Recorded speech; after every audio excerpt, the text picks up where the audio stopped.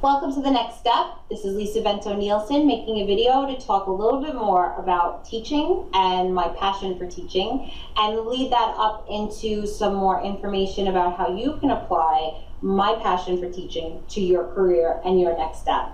Basically, if you've been reading my blog at all, you might have heard this story or read it, but now I'm going to tell you the story, which makes it a little more dynamic, a little more interesting. Basically, I started teaching as an adjunct professor in 2003, so almost 13 years ago. So much has changed since then in terms of technology, in terms of delivery, in terms of content, in terms of curriculum. There have been so many changes over this 13-year teaching career as an adjunct that sometimes it's amazing to me how far things have gone in terms of the technology that I can use. Like right now, in my opinion, I feel as though I'm teaching you something through this method of talking to a video camera in my studio, talking and posting this on YouTube. So it's amazing the things that have been done and changed in terms of learning methods and how to apply that learning. But for me, when I started teaching in 2003, I basically had applied every year as soon as I got my MBA in International Finance in 1999. To teach as a college level as an adjunct, you need at least a master's degree. As soon as I got that master's degree, at the kind of prodding of one of my mentors and a very special mentor, I was told, listen, you're a great teacher. You would be a great teacher. I don't know how they knew that. I didn't know I would be a great teacher. I still, I teeter. I think I'm pretty good. And I think the reason why I'm good is because I continually learn as I'm teaching and because I bring in the real world, but we'll get to that. So in 1999, when I started applying, I didn't really know that. But I applied in 99, I applied in 2000, I applied in 2001, I applied in 2002, and I was never called. But in 2003, right before the fall semester, I got a phone call that a professor unfortunately had fallen and hurt their neck. I was not involved. Thankfully, the person wasn't killed or anything, but they couldn't teach. And I was asked to take over those classes.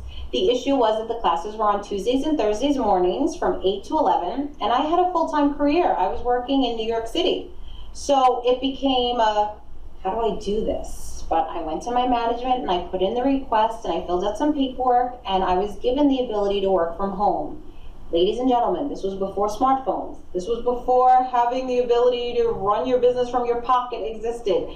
And a major company allowed me to work from home on Tuesdays and Thursdays from noon to 8 so that I can attempt to be an adjunct professor because it was something that I had dreamed about and that I really wanted to do. That's an awesome company. So I was really excited and really proud and really scared.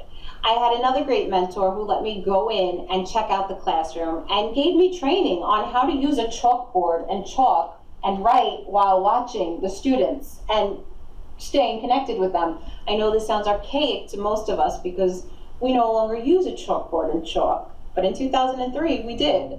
So the idea was I had a little bit of training, I guess, and I had a textbook, and I walked in on the first day, and keep in mind I'm only at the time about 5 or 6 years older than my students, and I was teaching micro and macroeconomics to a group of about 40 freshmen.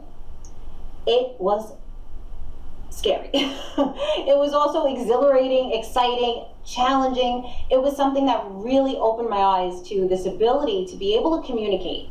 I always knew I was a decent communicator. I was captain of the speech and debate team. Shout out to my coach, who I'm sure is watching this.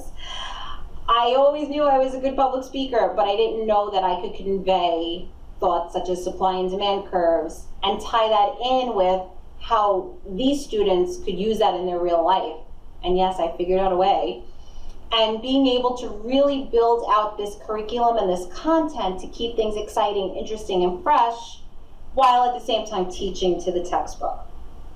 As time has gone on and I've built a career in corporate America, an entrepreneurial pursuit of the next step, which is my own business, partnerships with Wagner College, with the Office for Lifelong Learning, and building content and teaching, I have gotten to a point where I am the textbook sometimes. I have this experience. I've helped tons of clients get to their next step. I have a lot of life experience as well in terms of balancing a home life, balancing a career, figuring out what that career is and how to get there. Those are all things that you can learn by reading, but a lot of it you learn by doing.